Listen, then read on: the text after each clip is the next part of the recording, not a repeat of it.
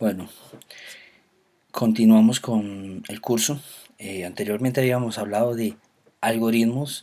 Ya sabemos qué es un algoritmo. Hemos hablado de diagramas de flujo, una forma de representar los algoritmos. Y ahorita vamos a hablar de otra forma muy clásica de representar los algoritmos, que es el pseudocódigo, que es mucho más parecido a los lenguajes de programación que regularmente se usan.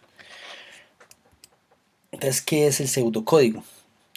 El pseudocódigo es un método para representar de manera textual la solución de problemas mediante algoritmos. O sea, vamos a hacer lo mismo que estamos haciendo con los diagramas de flujo, representar algoritmos, pero ahorita lo vamos a representar de manera textual, tal cual como dice acá.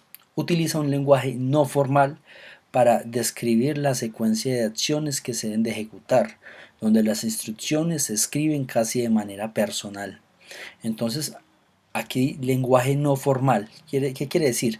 Cuando nosotros programamos, el lenguaje de programación que se usa como tal, ese lenguaje es totalmente formal. Tiene una estructura, tiene una sintaxis que hay que respetar. Si no respetamos todas esas restricciones que nos pone ese lenguaje de programación, pues no nos va a servir lo que estemos intentando programar. Entonces, con el pseudocódigo no nos pasa eso. Entonces, con el pseudocódigo nosotros deberíamos de representar de manera textual algo que nosotros queremos hacer. Sin embargo, nosotros cuando estemos hablando usando pseudocódigo no podemos ir escribiendo las cosas así como así. Hay que tener unos estándares así que no sean tan rigurosos como en un lenguaje de programación. Entonces, en este tipo de lenguaje se tiene que describir qué palabras clave. Entonces nosotros necesitamos acá palabras clave. Estas palabras claves son importantísimas porque solamente las vamos a poder usar para unos casos en especial. Si yo, por ejemplo, uso como palabra clave escribir, entonces en ningún otro caso voy a poder usar escribir para algo diferente que a lo que yo ya haya especificado. Si yo digo escribir me va a permitir mostrar un mensaje en pantalla, es lo único que va a poder hacer escribir. O sea, es algo totalmente definido. Entonces, eso lo vamos a llamar palabras reservadas, las palabras clave. Hay verbos que el ejemplo de escribir, digamos, se adaptaría más a este caso. Entonces, verbos, digamos, escribir, imprimir, es mostrar el mensaje en pantalla, es imprimir, leer, recibir información, sería leer. Entonces van a haber también verbos que nosotros tengamos definidos, por lo cual vamos a tener palabras reservadas, vamos a tener verbos y es preciso definir variables para los datos. Entonces resulta que hay diferentes tipos de datos, ¿sí? Pero eso lo vamos a hablar más adelante. Algunas características del pseudocódigo.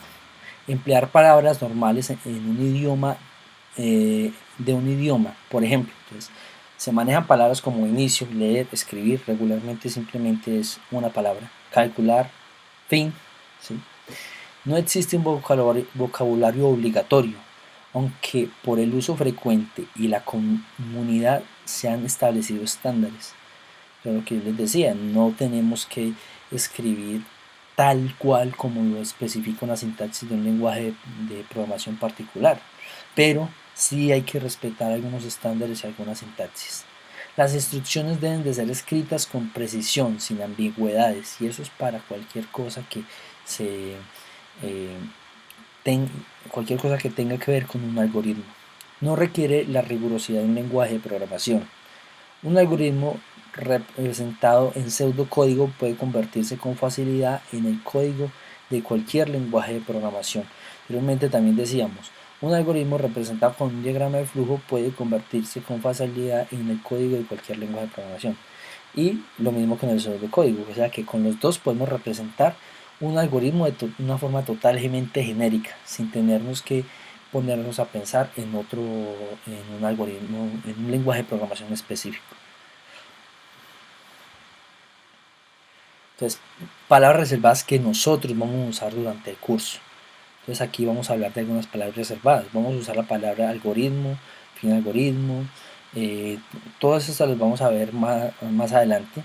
Simplemente hay que tenerlas en cuenta. Entero, real, cadena, constante. Cada vez las vamos a ir aprendiendo. Por ejemplo, rápidamente vamos a poder usar este algoritmo y fin de algoritmo, ¿cierto?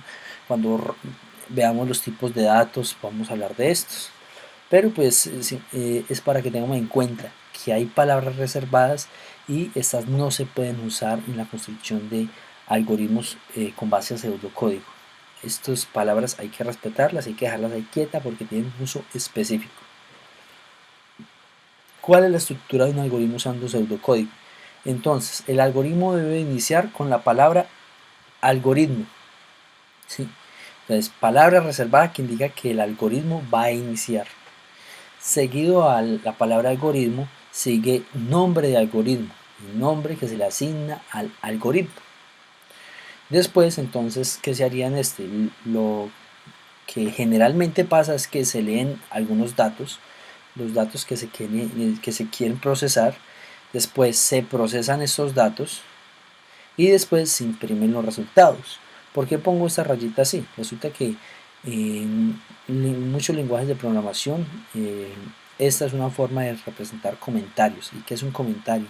Es información que le puede servir a la persona que esté leyendo el algoritmo y eso no tiene influencia en el código que se esté desarrollando, ¿no? Entonces simplemente es algo informativo. Entonces por esto pongo estas rayitas así.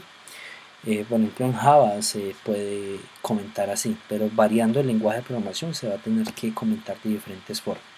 Y para finalizar algoritmo se pone la palabra reservada fin algoritmo. Entonces tenemos aquí, estamos usando dos palabras reservadas, algoritmo y fin algoritmo. Vamos a necesitar algunas funciones para realizar los algoritmos. ¿Qué pasa con las funciones? Eso es un contenido que vamos a ver más adelante y que podría ser un poquito más complejo. Y lo que debemos decir ahorita es que simplemente son posibilidades que se nos brindan para, digamos, hacer unas tareas repetitivas de una manera más rápida.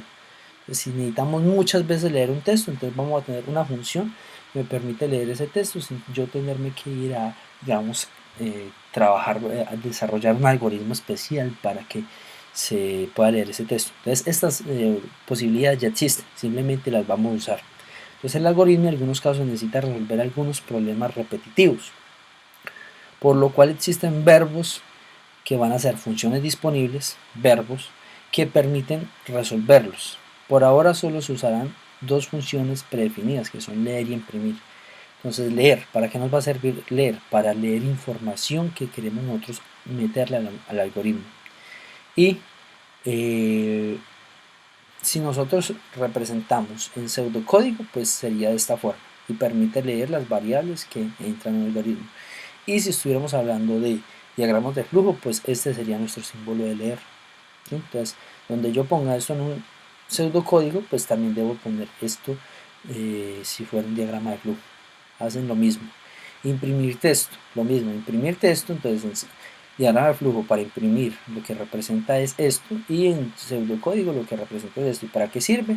Permite imprimir el texto que se desea. Hasta aquí llegó nuestra primera unidad temática. Si notan que en estos momentos no se agregaron ejercicios, pues se necesitan de muchos más conocimientos para poder crear un algoritmo usando pseudocódigo. Entonces más adelante realizaremos más ejercicios. Por ahora pues son las referencias que algunos de estos ejemplos han sido basados en material creado por el profesor Julián Esteban Gutiérrez.